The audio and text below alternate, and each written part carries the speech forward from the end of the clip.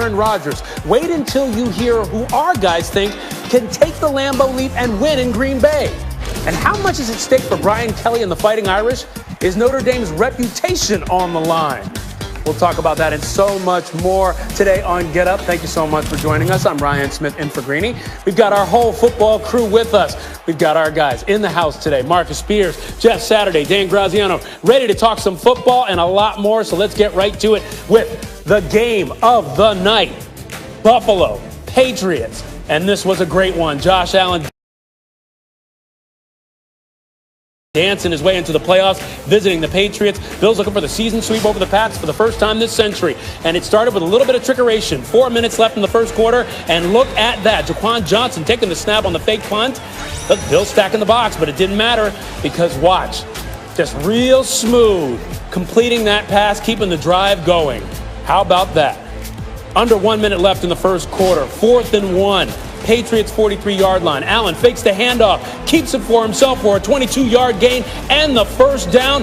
Bills were having their way with the Patriots in this game. And here you go, right here, you look at it. Allen dropping back. Dawson Knox in there. Zach Moss in there for the touchdown. Bills lead 10-3. After the Patriots score, Bills lead 10-9, 4th and 2 on the 43. Allen drops back, and here's the Dawson Knox play. Keeping the first down going. Bills 3 for 3 on 4th down in the first half. They entered Monday with 7 4th down tries, fewest in the NFL. That drive continues. 1st and goal from the 4. Allen with the play action, finding Lee Smith in the end zone for the touchdown. Bills lead at 17-9, and Smith gets a nice little tackle by his lineman, keeping them happy. Next Bills possession, 1st and 10 from the 50. Allen drops back, finding Stephon Diggs, and Diggs takes it all the way. Running by guys. Bills 24-9 heading into halftime, and it was that kind of game, and it didn't get any better for the Patriots in the third quarter. Bills first drive out of the half. 1st and 10 on the Patriots 18-yard line. Allen fires to Diggs, and walks right in for the touchdown. Second touchdown catch of the game for Diggs. Allen tying Jim Kelly for the most touchdowns in a single season in Bills history. Bills up 31-9. And then 4th quarter, 1st and goal. He's going to break Jim Kelly's record on this play right here. Stephon Diggs, 3rd touchdown catch of the game. And watch it again. Yeah, flex on that one. Bill Belichick not happy because watch it again. Rolling left and just striking. This combination between Allen, Diggs working to perfection right now. And these guys were all smiles after the game.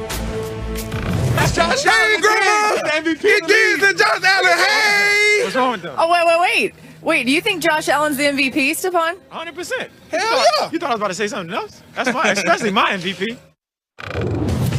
Yeah, right? Definitely for them. Good Calls is brought to you by Subway, and the tandem of Josh Allen and Stephon Diggs set a single-season franchise records in passing touchdowns and receiving yards last night, giving Buffalo 12 wins for the first time since 1993. A 13th win would be tied for the most in Bills history.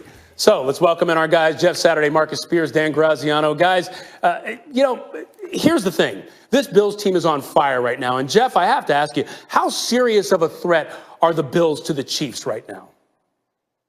Well, it's the biggest threat in the AFC. When you look at this team and the balance that they have, I think this team is scary. I mean, you looked at Josh Allen last night, and I would say the way that they beat the Patriots was probably the most impressive. You think about Belichick and what he wants to do. He wants to take away your number one option, which is Stephon Diggs. Well, they couldn't do that, and that's a lot of that goes back to Allen. Like the throw on the touchdown that we saw right here where Diggs is taking this thing yard, an incredible throw. And the rollout when he boots out and throws it in the corner of the end zone, very Mahomes-esque. So when you talk about beating a Bill Belichick team, throwing it away the way that they did, it was a very impressive victory. Again, I think the Patriots were inept on offense, no real challenge to win. But ultimately, the way the Bills beat them was very impressive, in my opinion. Yeah, Marcus, what was your reaction to this win, this incredible win by the Bills? Yeah, look, you look at this team and you ask yourself, especially when we're talking about the Chiefs in context, you ask yourself, can this team put up 40 if need be, right? We saw the Chiefs lose 1. It took 40. And I know what people are saying. Well, the Chiefs have been struggling. The Chiefs do what they need to do to win games.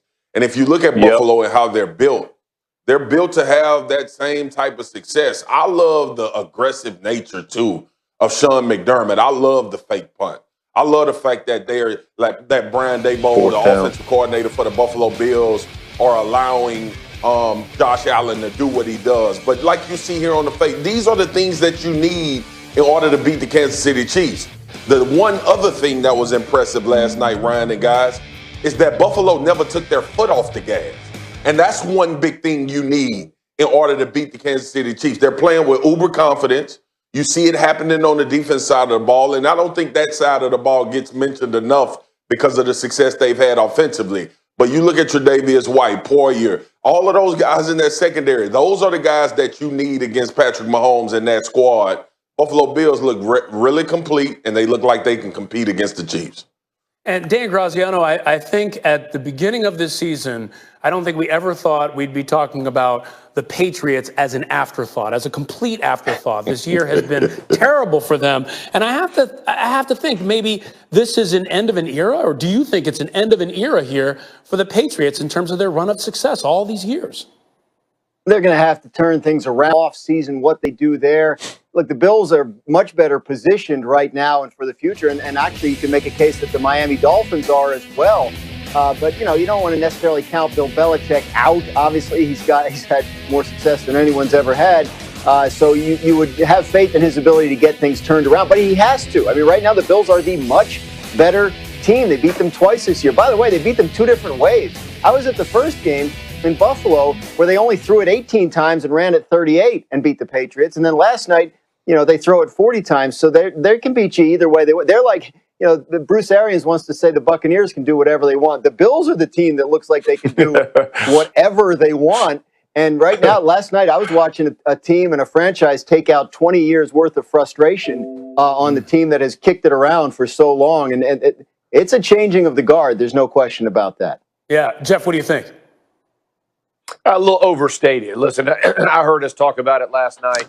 Bill Belichick still knows how to coach. Josh McDaniels still knows how to coach, all right? Like, they got to get the quarterback situation figured out. I understand, but 8 opt-outs. Think about how many of the defensive guys are not there. When those guys get back, you know, Hightower, Chung, like, you name it. Like, this team will be back in the mix. So just act like the Bills or the Dolphins are going to walk through this division. Bill Belichick will find a way to get his team back and competitive. I would not write them off. I would not hit the panic button quite yet. All right. We'll talk a lot more about the Patriots and what's going on with them. We'll talk more about the Bills. But I want to get to this, guys, because this was a real shocker in the NFL. The Washington football team releasing Dwayne Haskins on Monday, one day after he was benched against Carolina and less than 2 years after he was selected 15th overall in the 2019 draft. Washington coach Ron Rivera said in a statement that it benefits both parties that we go our separate ways. And this was telling. Dwayne Haskins tweeting this statement yesterday afternoon. My time with the Washington football team has unfortunately come to an end. I thank the team and the fans for the opportunity to play for the team I grew up rooting for. I take full responsibility for not meeting the standards of an NFL quarterback and will become a better man and player because of this experience. Dan, I want to start with you. What happened here with this relationship? I mean, almost everything that could have gone wrong went wrong. Basically, Washington got to a point where it decided that it was doing more harm than good to them to have him on the roster. I mean, look, go back a week, and he was in trouble for off-field behavior that could have brought the COVID-19 virus into the facility, right? So they strip him of his captaincy, they fine him $40,000, but they still give him the start Sunday because Alex Smith can't go. So they're offering him a chance, like, hey, man, show us that you've learned from the experience of this year, last year, and that you've grown and that you're ready to deliver at a high level for us. The exact opposite happened. He was unable to do anything to help them win a game that they